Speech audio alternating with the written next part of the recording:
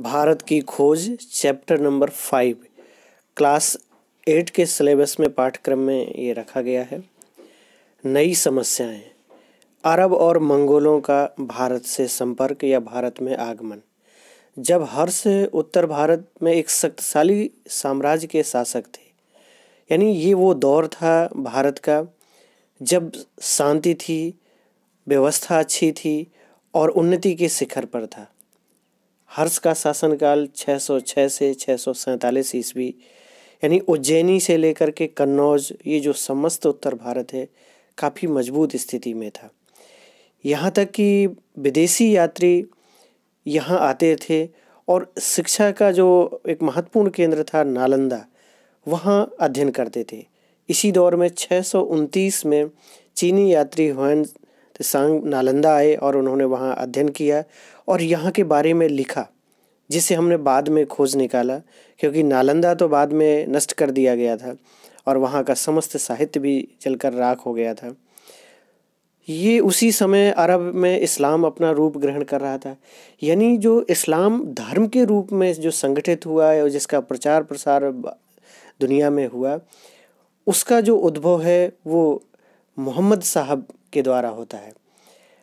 इस्लाम में माना जाता है कि कुछ सूत्र पहले से भी हैं, कुछ और भी इनके उपदेशक हुए हैं, लेकिन जो सही मायने में जिसका प्रचार प्रसार हुआ वो 613 ईस्वी में जब मोहम्मद साहब ने अपना पहला उपदेश दिया। तो इस घटना को ये माना जाता है कि यहाँ से इस्लाम आगे बढ़ा। तो इसका जन्म मक्का में हुआ, मक्का मदीना में, यहाँ से आगे इस्लाम। तो आप देख सकते हैं कि 613 और इसके बाद जो इस्लाम का एक तरह से इस्लाम के अनुयायियों का जो संपर्क हिंदुस्तान के पूर्वी द्वार यानी प्रवेश द्वार सिंध पर हुआ, उसमें 712 में वो आक्रमण हुआ था। तो लगभग 100-150 साल यहाँ लगे यहाँ तक आने में। इसके बावजूद भी जो भारत का मध्य भाग है वो इस्लाम से अछूता रहा और मध्य भाग को स्पर्श करने में या टच करने में 600 वर्ष का लगभग समय लग गया। लेकिन उसके बाद एक भारत में इस्लाम एक राजनीतिक ताकत के रूप में, एक शक्ति के रूप में उभर कर आया और जिसने भारत के इतिहास को पूरी तरह से बदल दिया, यहाँ की राजनीति को बदल दिया, यहाँ के समाज में भी उसने काफ़ी असर पहुँचाया। इसमें इस्लाम को मानने वाले में कई और जातियाँ भी, जिसमें तुर्की, अफ़गान, मंगोल, ये सब भी शामिल होती चली गई। अरबों ने बड़ी आसानी से दूर दूर तक फैल कर तमाम इलाके फतह किए यानी जीत लिए, पर भारत में वो सिंध के बाद आगे बढ़े, ये जिसका मैंने अभी उल्लेख किया। उस दौर में बगदाद की जो केंद्रीय सत्ता से अलग होकर एक छोटा सा जो स्वतंत्र राज्य था सिंध, वहाँ आक्रमण हुआ और भारत और अरबों के बीच संपर्क बढ़ने लगा। दोनों तरफ से यात्रियों का आना जाना, राजदूतों की अदला बदली, यानी एक जो संपर्क था वो अच्छा संपर्क था, जिसमें साहित्य में, समाज में विकास का काम हुआ, खगोल शास्त्र के क्षेत्र में, गणित के क्षेत्र में। और बगदाद के रास्ते यानी अरब देशों के रास्ते ही यूरोप तक इन चीज़ों की पहुंच हुई। जैसा हम मानते हैं कि पश्चिमी जगत ने बाद में कई आधुनिक खोजें की, तो उसका कहीं ना कहीं हम ये समझते हैं कि भारत से ये चीज़ें वहाँ पहुँची, जहाँ उन्होंने उसके बाद अनुसंधान को और आगे बढ़ाया और एक नए स्वरूप में उसको दुनिया के सामने लाए, ऐसा हमारा मानना है। बहुत से भारतीय चिकित्सक बगदाद गए। यहाँ व्यापार और सांस्कृतिक संबंध उत्तर भारत तक ही सीमित नहीं थे, बल्कि भारत के दक्षिणी राज्यों ने भी उसमें हिस्सा लिया। विशेषकर राष्ट्रकूटों ने जो भारत के पश्चिमी तट पर व्यापार किया करते थे। लेकिन यह है कि दक्षिण भारत के इन राज्यों का संपर्क अधिकतर दक्षिण पूर्वी एशियाई देशों से अधिक था, लेकिन उत्तर भारत का संपर्क धीरे धीरे इस देश से बढ़ने लगा। इस लगातार संपर्क के कारण भारतीयों को अनिवार्य रूप से इस नए धर्म इस्लाम के बारे में जानकारी हो गई। इस नए धर्म को फैलाने के लिए प्रचारक भी आए और उनका स्वागत भी हुआ, मस्जिदें भी बनी, लेकिन यहाँ राजनीति नहीं थी। छोटे मोटे जो भारत का जो स्वरूप था वो एक सहनशील समाज का स्वरूप है और नए धर्म को एक धर्म के रूप में स्वीकार कर लिया गया। लेकिन राजनीतिक ताकत के रूप में आने के बाद इस्लाम का स्वरूप बदल गया उसमें रक्तपात की जगह आ गई और उसमें क्रूरता भी आ गई और उसमें राजनीति के जो वर्चस्व की बात आ गई, वो उसने इस्लाम को जो भारतीय ये जो जनमानस है उसके प्रति कड़वाहट बाद में भर दी, जब इस्लाम राजनीति के साथ जुड़ करके आया। महमूद गजनबी और अफ़गान, महमूद गजनबी ने ही एक तरह से सबसे अधिक क्रूरतापूर्ण व्यवहार यहाँ पर किया। लगभग 300 वर्षों तक भारत पर कोई आक्रमण नहीं हुआ। 1000 ईस्वी के आसपास, यानी कौन से 300 वर्ष, आप कहते हैं सकते हैं कि सिंध पर जब 712 में आक्रमण हुआ मोहम्मद बिन कासिम का, इसके बाद महमूद गजनबी ने 1000 से 1027 तक लगातार 17 बार आक्रमण किया और उसका उद्देश्य भारत को राजनीतिक रूप से अपने संरक्षण में लेना नहीं था या अपने अधीन नहीं करना था। उसका उद्देश्य था भारत की जो अतुल धन संपत्ति थी, जिसका आकर्षण इन देशों को, मध्य एशिया और अरब देशों के खींचता था यहाँ, वो उसको लूटने के उद्देश्य से आया।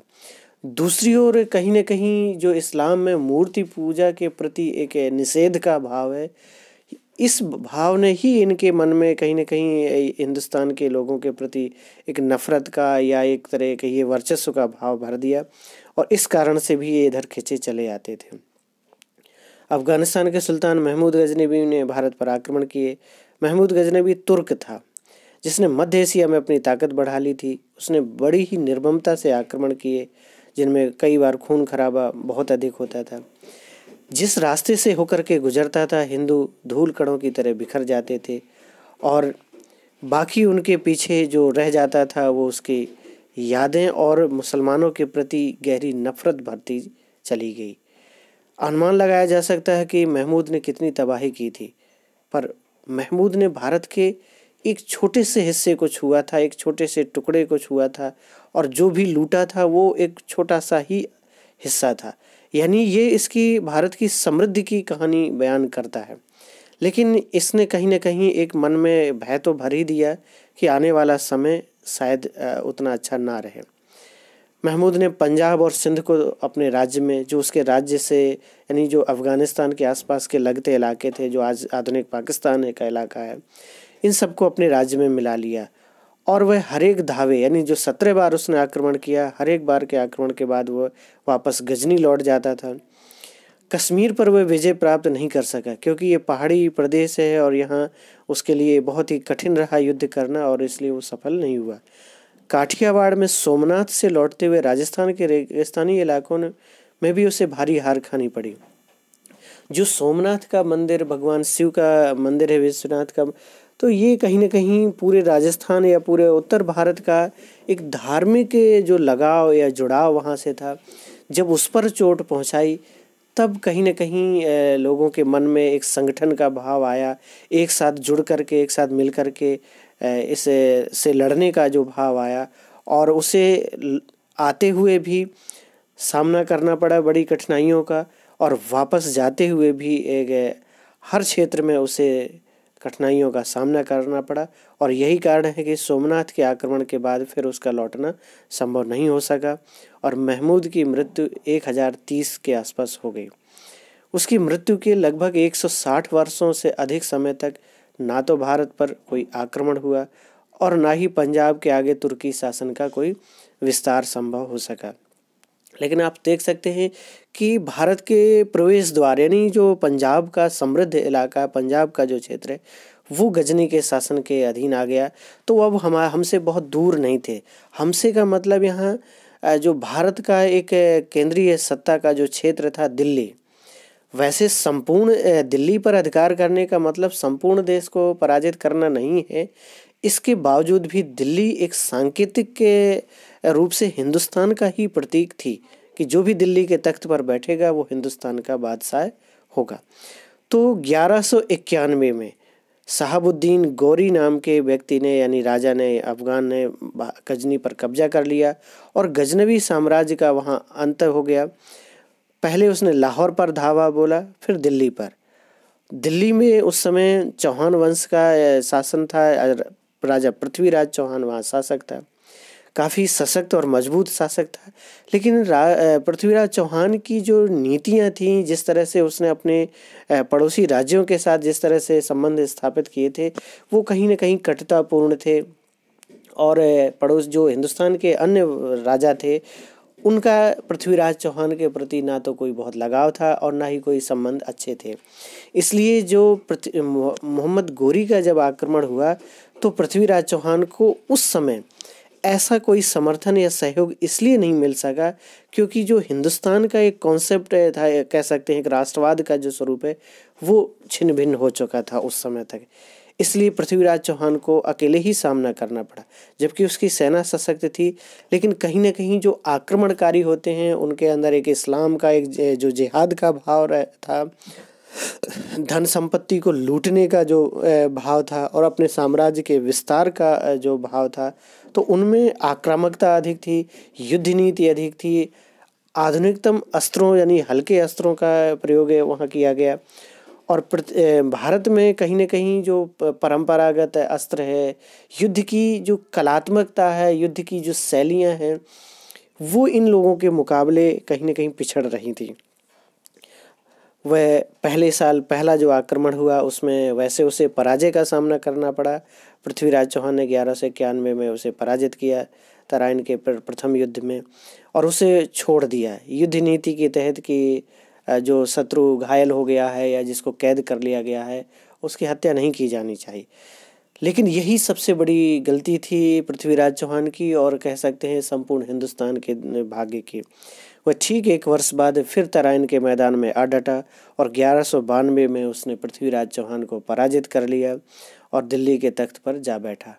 और इसके बाद जो इससे पहले के आक्रमणकारी थे कि वो यहाँ से धन दौलत लूट करके ले जाते थे और अपने राज्य को मिलाते नहीं थे अपने राज्य में, यानी हिंदुस्तान के क्षेत्रों को। लेकिन पृथ्वीराज चौहान के पराजित होने के बाद मोहम्मद गोरी ने ऐसा नहीं किया। उसने सीधे तौर पर तो यहाँ राज्य नहीं किया, लेकिन अपने गुलाम कुतुबुद्दीन ऐबक को अपने प्रतिनिधि के रूप में दिल्ली के तख्त पर बैठा दिया, और यहीं से दिल्ली सल्तनत की शुरुआत हो जाती है। और यूँ कह सकते हैं कि हिंदुस्तान को स्थायी रूप से गजनी क्षेत्र से या मुस्लिम यानी इस्लाम से सामना हमेशा के लिए करना पड़ता है। तो कह सकते हैं कि दिल्ली फतेह करने का मतलब ये नहीं है कि बाकी भारत को जीत लिया। दक्षिण में चोल शासक अभी भी बहुत शक्तिशाली थे, यानी दिल्ली सल्तनत के शुरुआती दौरों में 200-300 वर्षों तक दक्षिण इन सब चीज़ों से अछूता रहा। लेकिन खिलजी वंश यानी जो अलाउद्दीन खिलजी है, उसने दक्षिण को हिला दिया था, उसने दक्षिण में संपर्क किया। तो दक्षिण में के बहुत बड़े हिस्से में अपने शासन विस्तार में लगभग 1.5 शताब्दी का समय लगा। लेकिन इस नई व्यवस्था में दिल्ली का स्थान महत्वपूर्ण भी था और प्रतीकात्मक भी। भारत पर महमूद गजनबी के आक्रमण का परिणाम यह हुआ कि कुछ समय के लिए इसमें पंजाब बाकी ऐसे अलग हो गया। हिंदू आर्य जाति के लोग थे, भारत की जनता से उनका निकट संबंध था। लंबे समय तक अफगानिस्तान भारत का हिस्सा होकर रहा, ऐसा होना उसकी नियति थी। 14वीं शताब्दी में तुर्क मंगोल जो तैमूर है, उसने उत्तर भारत में आक्रमण किया। दिल्ली 14वीं शताब्दी के अंत यानी 1398 में तुर्क मंगोल तैमूर लंग जो बहुत ही क्रूरता के साथ उसने दिल्ली पर आक्रमण किया, हिंदुस्तान पर आक्रमण किया। इससे बहुत बड़े जन और धन का नुकसान हुआ, क्योंकि वो एक क्रूरतम शासक था। क्रूरतम ही उसे कह सकते हैं, क्योंकि वो जिस रास्ते से होकर गुजरा उसने वीरान कर दिया। उसने लोगों का कत्ल किया और खोपड़ियों के मीनारों से वह रास्ते सजाता चला गया। दिल्ली खुद मुर्दों का शहर बन गई। वह 15 दिन तक दिल्ली में रहा और उसने कत्लेआम मचा दिया। पंजाब के जिस रास्ते से होकर के गुजरा, वहाँ लोगों को भयानक विपत्ति झेलनी पड़ी। इसके पहले के जो आक्रमण करते थे, वहाँ धन का अधिक नुकसान होता था, लेकिन जन की हानि नहीं होती थी। सबसे अधिक जो एक तरह से गहरी चोट पहुँची हिंदुस्तान के दिलों में, वो तैमूर लंग ने पहुँचाई। दिल्ली को मौत की नींद से उठने में कई वर्ष लग गए। जागने पर वह इस विशाल साम्राज्य की राजधानी नहीं रह गई। तैमूर के हमले ने साम्राज्य को तोड़ दिया, यानी दिल्ली एक तरह से उजड़ सी गई। अब दिल्ली की ताकत जब कमज़ोर हुई तो उसके खंडरों पर दक्षिण में कई राज्य उठ खड़े हुए। इससे पहले, बहुत पहले 14वीं शताब्दी के आरंभ में 2 बड़े राज्य कायम हुए, जिनमें एक है गुलबर्ग, जो बहमनी राज्य के नाम से प्रसिद्ध हुआ, और विजयनगर का हिंदू साम्राज्य। इन दोनों साम्राज्यों ने अपने अपने क्षेत्र में बहुत ही समृद्धि देखी, लेकिन आपस में संघर्षरत भी रहे। दिल्ली ही की तबाही के बाद जो उत्तरी भारत कमज़ोर पड़कर टुकड़ों में बट गया, दक्षिण भारत की स्थिति बेहतर थी। वहाँ के राज्यों में सबसे बड़ी और शक्तिशाली रियासत थी विजयनगर, और विजयनगर राज्य की स्थापना 1336 में हरिहर राय और बुक्का राय ने की थी। यहाँ संगम वंश की स्थापना हुई। इसे कर्नाटक साम्राज्य या यादव वंश भी कहा जाता है, और इसके अवशेष आज भी हम्पी में मिलते हैं। कृष्णदेव राय एक बहुत बड़ा एक न्यायप्रिय शासक हुआ। साहित्य और कला के साथ साथ युद्ध के क्षेत्र में भी उसने बहुत अपने एक नाम स्थापित किया और अपने विजयनगर साम्राज्य को समृद्धि की ऊंचाई तक पहुंचाया। बहमनी राज्य जो एक मुस्लिम राज्य था, वह भी अपने आप में सशक्त रहा, लेकिन इन दोनों राज्यों में अक्सर संघर्ष के कारण से स्थिति इन दोनों के ही बाद में कमज़ोर हो गई थी। इस दौर में जो उत्तर भारत के लोग हैं, जहां हिंदू शरणार्थियों को आकर्षित किया, और इस शहर को वहां जाकर के जो कारीगर हैं, मिस्त्री हैं, लेबर है, इन सब ने वहां समृद्ध किया। जो साहित्यकार हैं, संगीतकार हैं, इन सबको भी इन राज्यों में संरक्षण मिला, इसलिए यहाँ उन्नति अधिक हो सकी। दक्षिण में विजयनगर जब तरक्की कर रहा था तो उत्तर भारत की पहाड़ियों से होकर एक और हमलावर दिल्ली के पास पानीपत के मैदान में आ गया, और वह था यही तुर्क और मंगोल का वंशज, जिससे तैमूर लंग आया था, उसी के वंश में मुगल शासक बाबर इसी वंश से था, लेकिन उसने फिर मुगल कहा गया, और उसने मुगल वंश की नींव डाली, और जिसकी 6-7 पीढ़ियों तक, यानी 1526 से 1857 तक 300 से 400 वर्षों तक इस राजवंश ने हिंदुस्तान में शासन किया। यहाँ पर अगला टॉपिक शुरू होता है कि समन्वय और मिलीजुली संस्कृति का विकास, कबीर, गुरु नानक और अमीर खुसरो।